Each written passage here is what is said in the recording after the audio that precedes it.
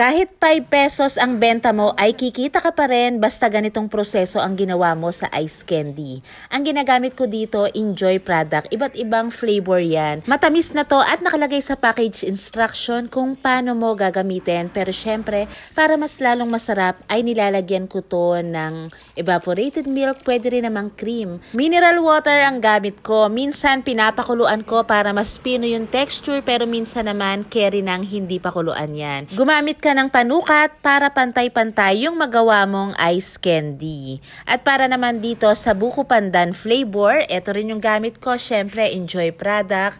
Gagamitin according to package instruction. Kung gusto mong mas special ay pwede kang maglagay rito ng buko. Pero dahil 5 pesos nga lang itong ating ice candy, kaya ang nilalagay ko na lang, gatas na lang. Tagkalahating pakete lang to pero ang dami na nang nagawa ko. At syempre wag mong kalimutang mag-costing. I-compute mo lahat, plastic, tubig, transportation, na consume na electricity at i-divide mo kung ilang piraso yung nagawa mo.